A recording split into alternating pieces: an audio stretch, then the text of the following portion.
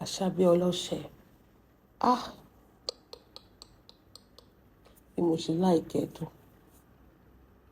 You're always on social media for the wrong reasons. Tó bá máa fẹnu gate first thing first. You will just be in some crazy shit. I don't understand. First thing first.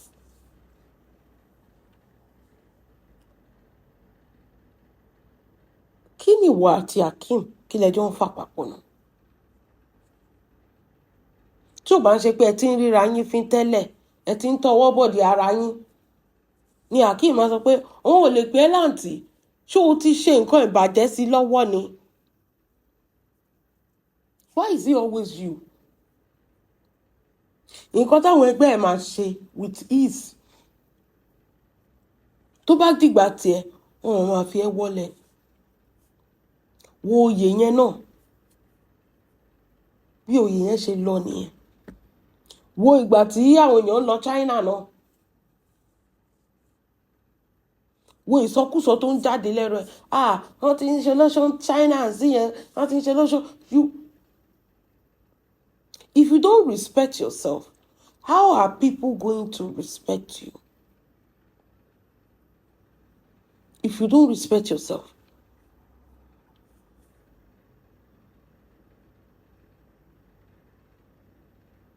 How are people going to respect you?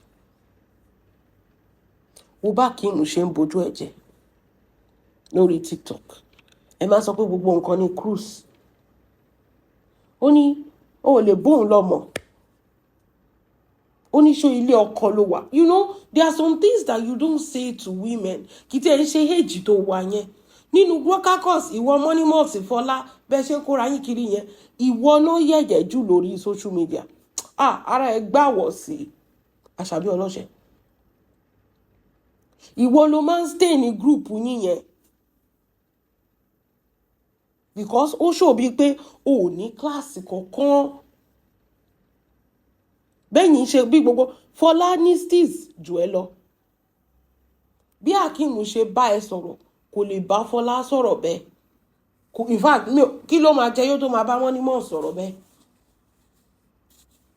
Ẹ máa fi ra yín wọlé kiri. Kí ni ìwọ àti Akeem jọ ń fà? Kí ni ìwọ àti ẹ ti jọ ń fà? Mi ò lè pè é láǹtì o. Mi ò lè pè mélòó ló gbà lọ́wọ́ òun. Òun ò lè ṣe bí 40 something yẹn. Mi ò lè pè é láǹtì o. Kíní kan ṣe kíní kan. Ká tó dé junction tàdé. Ó ti ní nǹkan tẹ́ ti ṣe síra yín lọ́wọ́. Tí Akeem bá ń ṣe kíní yẹn tó bá ń sọ̀rọ̀ bẹ́ẹ̀ yẹn, a lot of people will be doing the same thing. Wọ́n máa wò pé ṣebí Akeem ti bojú ẹ̀jẹ̀. Ọjọ́ tó bá tún ní problem kan, wọ́n máa sọ̀rọ̀ sí ẹ. Ṣebí ẹni ọjọ́ mẹ́ta ẹ̀kọ́ ni àǹtí ẹ̀yìn ikú tó ń sọ pé òun gbé kòlóòsì. You are always trending for the wrong reason. Sórí kó tó ní fame, kó tó kí sọ pé ìgbà tó ṣẹ̀ bẹ̀rẹ̀, ìgbà yẹn ló make sense. After then, tí gbogbo èèyàn dẹ̀ tí wá mọ̀ ẹ́, ó make sense mọ́. Ìwọ náà ló gbéyàn kan wá. Wọ́n lọ China o. Wọ́n ò rí 600,000. Wọ́n há síbẹ̀. Àwọn ọmọ Igbo ń bá wọn sọ wọ́n sanwó fún. I don't know. Èló ni 600,000. Tó lè tọwọ́ bá kókó kó fẹ́ nìyẹn. Tó ń gbé voice note wá. Tó tún sọ pé wọ́n fẹ́ bẹ́ nìyẹn sọ̀rọ̀. Tó tún sọ pé kí lẹ fẹ́ bá sọ̀rọ̀ fún? Kí lẹ fẹ́ ṣe kíní kan fún? Ṣé ẹ kàn lè send owó sí? Owó tó o ṣiṣẹ́ sí mi lápò. Ó dẹ̀ fara burúkú balẹ̀.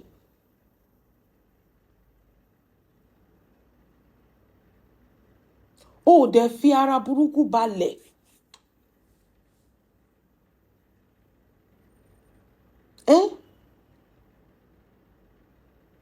Wo bó ṣe ń ṣe ẹ́ ní online.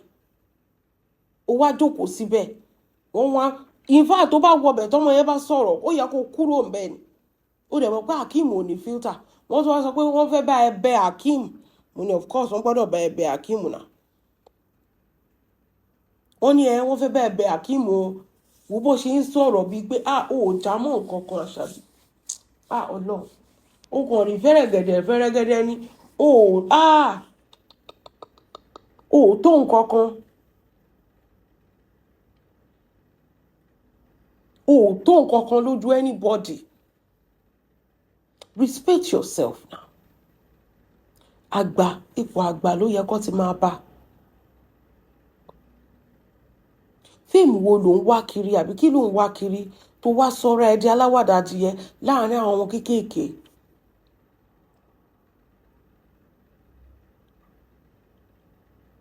tó máa lánú gbà o tó máa sọ̀rọ̀ gbà o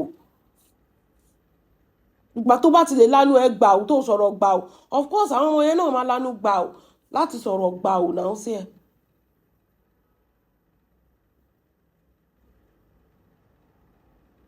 mo kàn ń gbọ́ ẹ̀ báyìí wá fọwọ́ lẹ́rán Akeem wá ń kí oríkì ìyá ẹ̀ fún ẹ lórí live lórí TikTok ẹ tún máa pè yẹn ní cruise ó ní mi ò lè láíláí pẹ̀ láǹtì àwọn kan sọ pé ẹ ṣàmọ́ bí Akeem ṣe máa ń ṣe ẹ má take it personal ọjọ́ mi wà ó tún lè sọ pé àǹtí Àṣàbí ń sìn kíní kan ó ti kọ́kọ́ ṣe ṣóòfù ẹ tó ti kọ́kọ́ bójú ẹ jẹ́ o.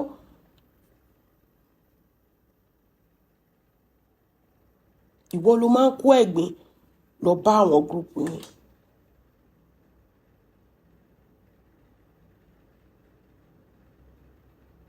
ó dẹ̀ tún sọ fún wo bó ṣe sọ má pè mí lórúkọ mọ́ ọmọ yẹn sọ fún ẹ nígbà tó sọ pé kó má ever pè ẹ́ lórúkọ mọ́ ṣe bóyá kó o já kúrò ń bẹ ni what a nonsense. o dúró síbẹ̀ o wá ń wò sùn bó tẹ̀ ṣe ń wò ló fọ́ ní ìsinmi pé èèyàn rí ẹ fín and you are looking. You will leave the place.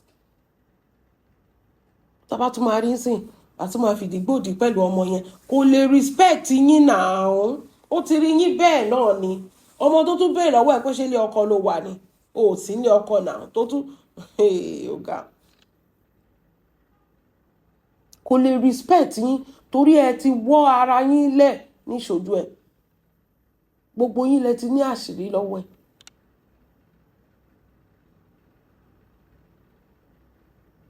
gbogbo yín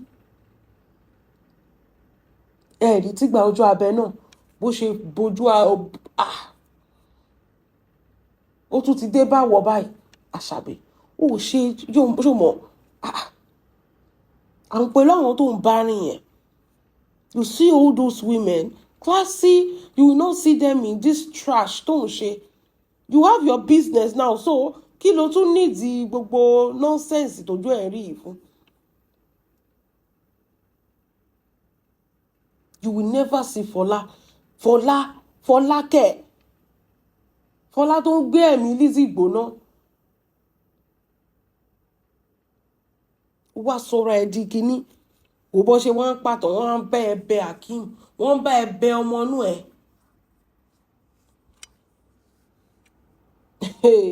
àwọn blogger bá ẹ bẹ Akeem.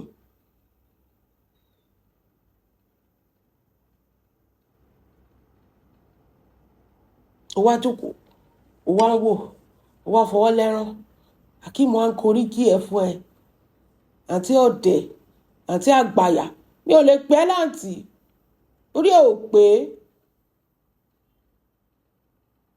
ó ní òun pè ẹ máa gbọ́ ó lóun pè ẹ ó kàn já fóun mọ́ òun létí ó sọ pé ta nìyẹn má pè mí mọ́ wá pè mí mọ́ ó wá ń kí orí kí ẹ fún ẹ ọmọ ẹni ò bá jọ ní àbáyọ ẹfọ́ntì wo ló máa ní tó bá sọ pé kó má pè ẹ́ mọ́ kò gbọ́dọ̀ pè ẹ́ mọ́ náà nìyẹn níjọ ṣe papọ̀ mọ́ nìyà ṣé kì í respect ara yín ni.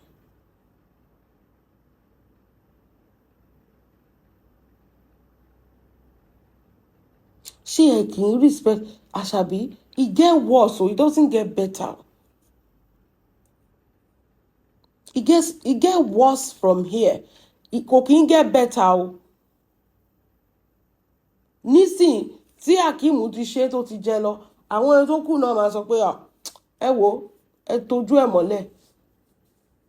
wọ́n ti understand ẹ bẹ́yẹn pé ẹ wò kò sí nǹkan kan jàre bó ṣe máa wò nìyẹn àṣé òun tí ẹ lè sọ̀rọ̀ so gbogbo bó ṣe máa ń ṣe lórí social media tí wàá máa ran kókó yẹn ìgbà tó di láìfù tó ń kí orí kí ẹ fún ẹ báyìí ṣe ló ń wò sùn o tí ẹ lè sọ̀rọ̀ kó o defend ààrẹ tó bá dẹ̀ jẹ́ orí kíní kẹ́ rìkọ́ọ̀dì fídíò kẹ́ ṣẹ́ fíltà mójú ẹnu yìí máa máa ré pépépépépépépé báyìí ni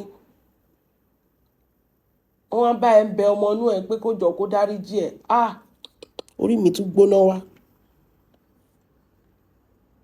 wọ́n bá ẹ bẹ Akeem wọ́n ní Àṣàbí má sọ̀rọ̀ o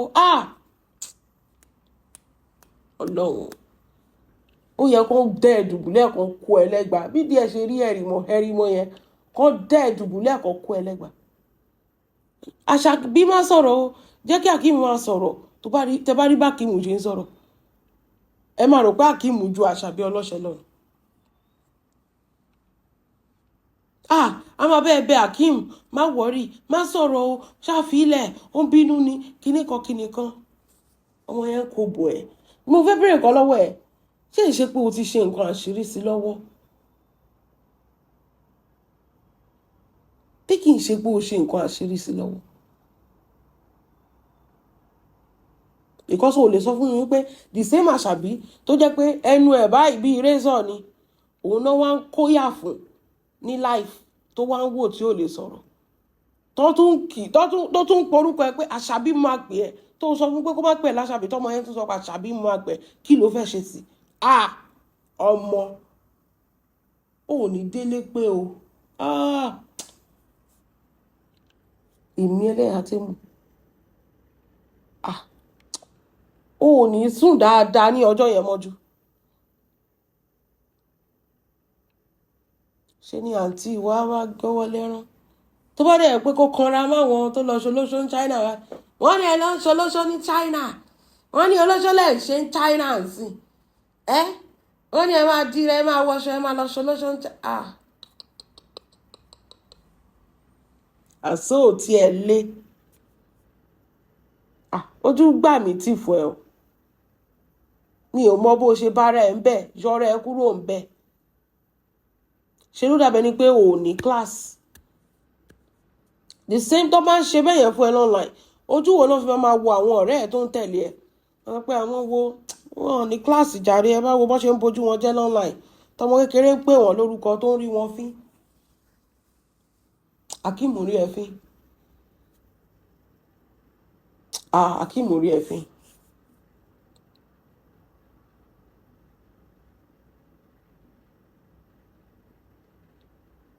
mo kàn wá wò pé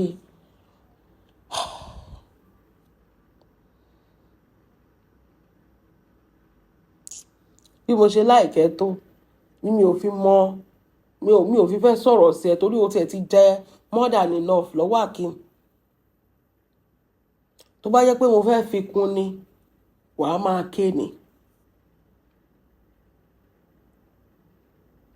torí àwọn ibì kọ̀ọ̀kan wà téèyàn bá ti jù lọ èèyàn ti jù lọ tó bá position ara ẹ̀ sí class tó ń claim kì í ṣe pé aṣọ ńlá kọ́ léèyàn ńlá o Àṣàbí o lè kó aṣọ tó ń wọ́n jù sọ́rùn káyé máa sọ pé ta ni orí tó yẹ yẹn orí bó ṣe rí rẹ́dẹ̀rẹ́dẹ́ orí tó yẹ yẹn orí bó ṣe rí rẹ́dẹ̀rẹ́dẹ́ ta ni wọ́n fi ẹ́ wò pé kí ló ń gbé bọ̀ kí ló ń sọ. now to come máa bójú ẹ̀ jẹ́ life mi ì mọ nǹkan tọ́mọ yẹn máa sọ pé òun jẹ yó kó dẹ̀ wá máa wò kó máa wò sùn I pour you spit for face that is the most nicest thing tí mo lè sọ fún ẹ I pour you spit for face if you don't get your heart together tíru nonsense tó ṣẹlẹ̀ tó bá tún ṣẹlẹ̀ Àṣàbí ọlọ́ṣẹ́ I will personally do a nasty show for you.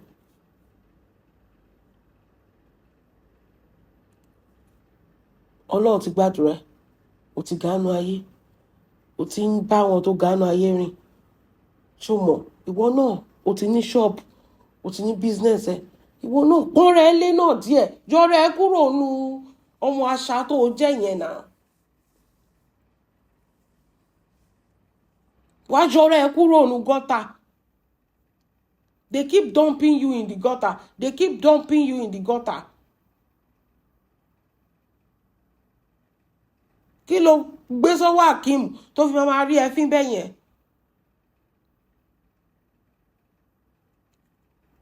Tó bá lè sọ̀rọ̀ ẹ máa ní ká má sọ̀rọ̀. Wọ́n ti bú wọn. What is wrong with you? Ṣé ò ní róònù rárá ni? Ó sọ pé o lọ́kọ sílé. Ṣé ọkọ ẹ máa rí ẹ bó ṣe ń sọ̀rọ̀ sí ẹ̀yẹn tínú ẹ̀ máa dùn? Ọmọ kékeré ló ń sọ̀rọ̀ sí ẹ ṣe ló dàbẹ̀ ni pé o ti lọ ná òbò sí. Bí o ti sọ fún Akeem pé o fẹ́ do. Ló fi sọ pé Ashabi máa pè ẹ́ kí ni èjẹ ọ̀rọ̀ ẹ lọ wo fídíò yẹn ọ̀rọ̀ yẹn ò dáa ẹ jẹ́ a máa lọ mo láìkẹ́ gan ni o mọ̀ pé mi ò gbádùn àti bojú ẹ jẹ́ ó easy fún mi àtún bojú ẹ jẹ́ ju bí Akeem ṣe bá jẹ́ lọ but remove yourself nǹkan téèyàn bá ti jù lọ èèyàn ti jù lọ kójú ẹ má máa rí gbogbo rẹ̀dẹ̀rẹ̀dẹ̀ tó ń rí mọ́.